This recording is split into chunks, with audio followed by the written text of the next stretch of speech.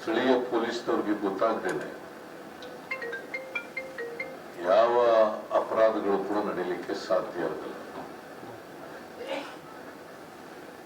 ಅದು ಡ್ರಗ್ಸ್ ಇರ್ಬೋದು, ರೌಡಿಸಮ್ ಇರ್ಬೋದು, ಕಳ್ಳತನ ಮಾಡೋರು ಇರ್ಬೋದು, ದರೋಡೆ ಮಾಡ್ತಕ್ಕಂಥವ್ರು ಇರ್ಬೋದು, ಕನ್ನ ಹಾಕೋರು ಇರ್ಬೋದು, ಮಟ್ಕ, ಜೂಜು ಕ್ಲಬ್ಗಳು,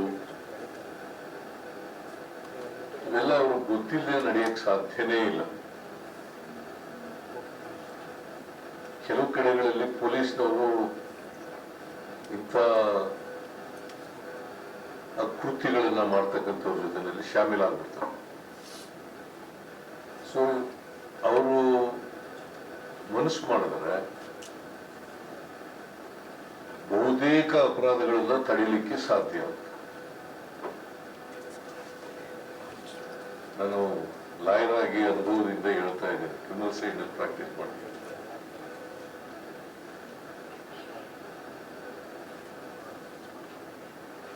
ಮಾಡಲಿಕ್ಕೆ ಸಾಧ್ಯ. ಬಟ್ ಪೊಲೀಸ್ ಅದಕ್ಕೆ ಇವೆಲ್ಲ ಜಾಗೃತರಾಗಬೇಕಾದ್ರೆ ಮೇಲಧಿಕಾರಿಗಳು ಮೇಲಿನ ಮೇಲೆ ಪೊಲೀಸ್ ಸ್ಟೇಷನ್ಗೆ, ಈಗ ಒಬ್ಬ SP ಜಿಲ್ಲೆನಲ್ಲಿ ಒಂದು 15ರಿಂದ 20 ಪೊಲೀಸ್ ಸ್ಟೇಷನ್ಗಳಿರ್ಬೋದು. ಎಷ್ಟಿರ್ತಾವೆ? 15 to 20 station. ದಿನಕ್ಕೊಂದು ಪೊಲೀಸ್ ಸ್ಟೇಷನ್ ವಿಸಿಟ್ ಮಾಡಿ.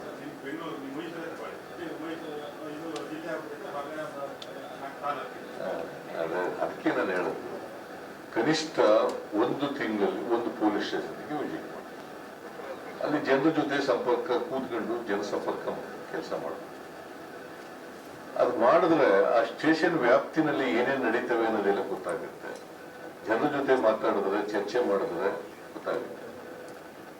ಇದನ್ನ ತಪ್ಪದೇನೆ ಎಲ್ಲ ಅಧಿಕಾರಿಗಳು ಕೂಡ ಮಾಡಬೇಕು ಅಂತೇಳಿ ಕಟ್ಟುನಿಟ್ಟಿನ ಸೂಚನೆಯನ್ನು ಕೊಟ್ಟಿದ್ದಾರೆ. ಆಮೇಲೆ ಪೊಲೀಸ್ನವರಿಗೆ ಮತ್ತೆ ಇಂಟೆಲಿಜೆನ್ಸ್ನವರಿಗೆ ಕೋಆರ್ಡಿನೇಷನ್ ಇದೆ. ಈಗ ಅನೇಕ ಕಡೆಗಳಲ್ಲಿ ಕೋಆರ್ಡಿನೇಷನ್ ಇಲ್ಲ. ಇಂಟೆಲಿಜೆನ್ಸ್ನವರು ಮುಂಚಿತವಾಗಿ ಇರಬೇಕು, ಮತ್ತೆ ಪೊಲೀಸ್ ಆಫೀಸರ್ಗೆ ಸ್ವಲ್ಪ ದೂರದೃಷ್ಟಿ ಇರಬೇಕು. ಮುಂದೆ ಏನಾಗಬಹುದು ಅಂತಕ್ಕಂಥ ಇದಿರಬೇಕು. ಒಂದು ಇನ್ಫಾರ್ಮೇಶನ್ ಬಂದ್ರೆ ಆ ಇನ್ಫಾರ್ಮೇಶನ್ ಕಸದ ಬುಟ್ಟಿಗೆ ಹಾಕ್ಬಿಡೋದಲ್ಲ, ಅದ್ರ ಬಗ್ಗೆ ಫಾಲೋಅಪ್ ಆಕ್ಷನ್ ಇರಬೇಕು. ಅದನ್ನು ಹೇಳಿದ್ದೀನಿ, ಎಲ್ಲ ಪೊಲೀಸ್ನವರು ಕೂಡ ಇದನ್ನು ಮಾಡಬೇಕು ಅಂತ ಹೇಳಿದ್ದೀನಿ. ಸೊ ಮುಂದೇನಾಗಬಹುದು ಅಂತಕ್ಕಂಥ ಆಲೋಚನೆ ಇರಬೇಕು. ಈಗ ಫಾರ್ ಎಕ್ಸಾಂಪಲ್ ಒಂದು ಉದಾಹರಣೆ ಕೊಟ್ಟು ಹೇಳಿದೆ ನಾನು. ಹುಬ್ಬಳ್ಳಿನಲ್ಲಿ ನೇಹ ಮರ್ಡರ್ ಆಯ್ತು, ಇನ್ನೂ ಒಂದು ಮರ್ಡರ್ ಆಯ್ತು. ಎರಡನೇ ಮರ್ಡರ್ನಲ್ಲಿ ಅವನು ಆರೋಪಿ ಬೆದರಿಕೆ ಹಾಕಿದ್ದಾರೆ ಅಂತೇಳಿ ಪೊಲೀಸ್ ಸ್ಟೇಷನ್ಗೆ ಕಂಪ್ಲೇಂಟ್ ಕೊಟ್ಟಿದ್ದಾರೆ. ಆಗ್ಲೇ ಕ್ರಮ ತಗೊಂಡಿದ್ದಾರೆ. ಆ ಮರ್ಡರ್ನ ನಡೆಸಲಿಕ್ಕೆ ಸಾಧ್ಯ ಆಗಿತ್ತು. ಅದು ಉದಾಹರಣೆ. ಈ ತರದ ಬೇಕಾದಷ್ಟು ಕರ್ನಾಟಕದಲ್ಲಿ ನಡೀತವೆ. ಸೊ ಈ ಉದಾಹರಣೆ ಕೊಟ್ಟು ಇದನ್ನೆಂತ ನಡೆಸಲಿಕ್ಕೆ ಸಾಧ್ಯ. ಫಾರ್ ಎಕ್ಸಾಂಪಲ್ ಬಿಜಾಪುರದಲ್ಲಿ ಮೊನ್ನೆ 7 ಜನ ನೀರು ಬಿದ್ದುಬಿಟ್ರು. ಜೂಜಾಟ ಆಡ್ತಾ ಇದ್ರು.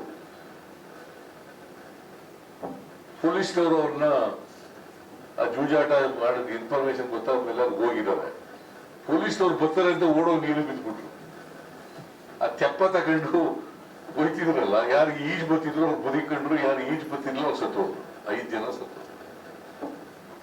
ಅವ್ರು ತಪ್ಪು ಮಾಡಿರ್ಬೋದು ಜೂಜಾಟ. ಲೈಸೆನ್ಸ್ ಇಲ್ಲದೆ ಜೂಜ್ ನಡೆಸ್ತಿದ್ರಲ್ಲ, ನಿಲ್ಸಿದ್ರೆ ಹಿಂಗಾಗಕ್ಕೆ ಸಾಧ್ಯ ಆಗ್ತಿರ್ಲಿಲ್ಲ.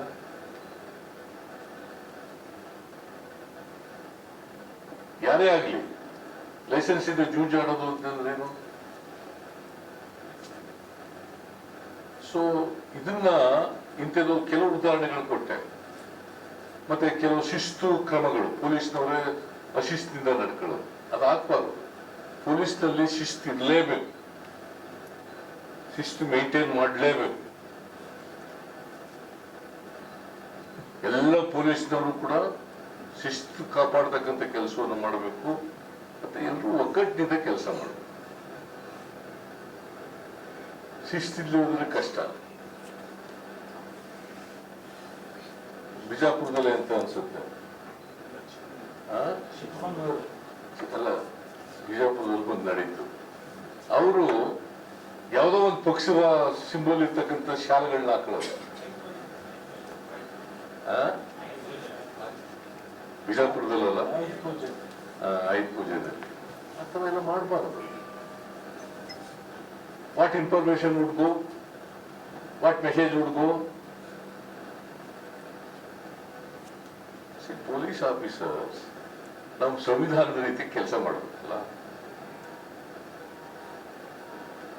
ಯಾವುದೇ ಕೋಮುವಾದದ ಕೆಲಸವನ್ನು ಮಾಡಬಾರ್ದು. ಕೋಮುವಾದಕ್ಕೆ ಆ ಸಿಂಬಲ್ಗಳಿರ್ತಾವಲ್ಲ ಅಂಥವನ್ನೆಲ್ಲ ಮಾಡಕ್ ಹೋಗ್ಬೇಕು. ಸೊ ಇಲ್ಲಿ ಚಿಕ್ಕಮಗಳೂರಿನಲ್ಲಿ ಒಂದಾಯ್ತು, ಪೊಲೀಸ್ ಅಡ್ವೊಕೇಟ್ಸ್. ಸೊ ಇಂಥ ಕಡೆ ಶಿಸ್ತಿನಿಂದ ಪೊಲೀಸ್ನವರು ವರ್ತಿಸ್ತಕ್ಕಂಥದ್ದು ಕೂಡ ಅತ್ಯಂತ